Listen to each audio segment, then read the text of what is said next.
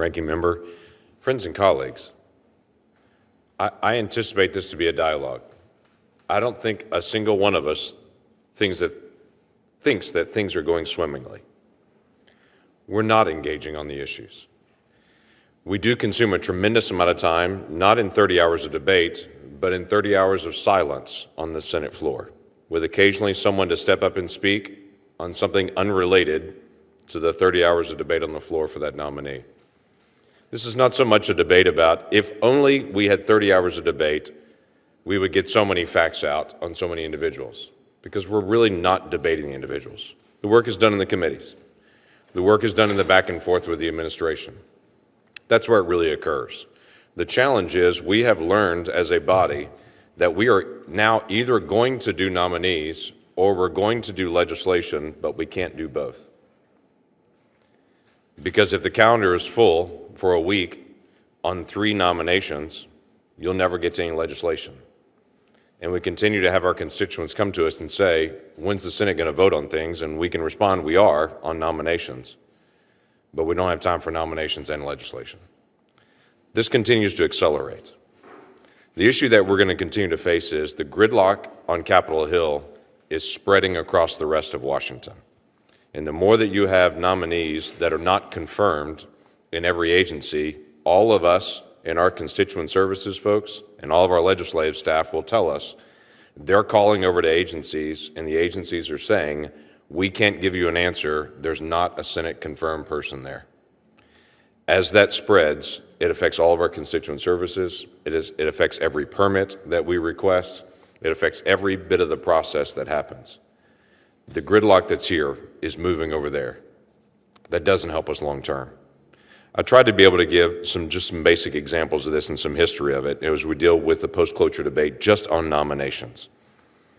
Starting in 1949, from 1949 to 1992, there were 12 cloture votes for nominations during that entire time period.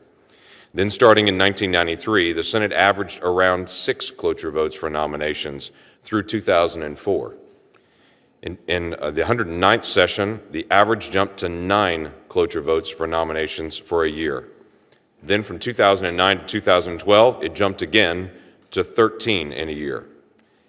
In 2013, the beginning of President Obama's second term, the Senate determined that something had to be done about nominations. So in January 2013, the Senate passed SRES 15 by a vote of 78 to 16. Standing order just for that one session to reduce post-cloture debate time for most executive branch nominees from 30 hours to 8 hours and reduce that to 2 hours for district court nominees. Under the standing order, the post-cloture debate for the Supreme Court Justice cabinet-level nominations all stayed at 30 hours. Standing order in 2013 was an attempt to avoid the nuclear option. As we know now well from history, that did not occur. The nuclear option was still invoked in November of that same year. That standing order, though, remained, and it functioned through the rest of 2014, and we saw the operation of it. Now, in 2013, the Senate considered it intolerable that the Senate would have 13 to 15 cloture votes in a year on nominations. This year, we've had 63 cloture votes on nominations. That's not comparable to where we were. It's an acceleration. I would say to this body, we all know the direction of this body. We have 63 cloture votes on nominations now for this president. When the presidential party changes and there'll be a future Democratic president, Republicans will say they did 63 to us, we'll do 120 to them. And then the next time it'll be we'll do 240 to them. As we have watched this over the last 20 years slowly go up year by year, I don't know how that turns around until this body determines that's going to turn around. Enough is enough. The rules of the Senate are not something that we can just complain about and do nothing about. The senators control the rules of the Senate. And at some point we have to determine this is getting out of hand. We have to be able to solve it. Now, I was not here in 2013 when the nuclear option was invoked, but I've heard the stories of the frustration that was rising. And that my Democratic colleagues believe that Republicans were pushing it too far. And so they determined something has to be done to get this set.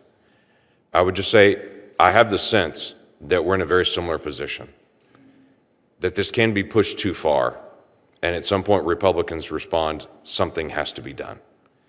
For the sake of the future, not just this administration, but for the sake of the future, we have to determine how we're going to do this and to be able to put this in place in a way that actually works. Senator Merkley is my next door neighbor. I was probably in the Senate, 3 weeks, and he reached out to me and said, can we sit and talk about rules? I've heard you mention some things about rules. I sat in his office. We shared a commonality on a lot of these issues, in the sense that we have to be able to find a way to actually resolve these issues, not just talk about them, but figure out how it's going to work long term. Senator Merkley had a proposal to take all nominations to 2 hours, period, except for Supreme Court nominations, to be able to advance those till to 30. There's not a lot of debate happens on the floor anymore. Most of it happens in committee. And now with 51 votes for all nominees, the outcome is most often certain. So it's really determined before we ever get there. The issue is, are we going to do legislation and nominations, or are we only going to do nominations?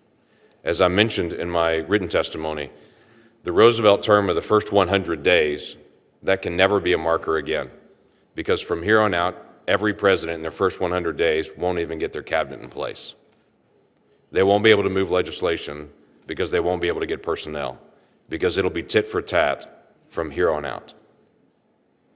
Losing that time period is a great loss to the American people and is unexplainable to those of us in the Senate.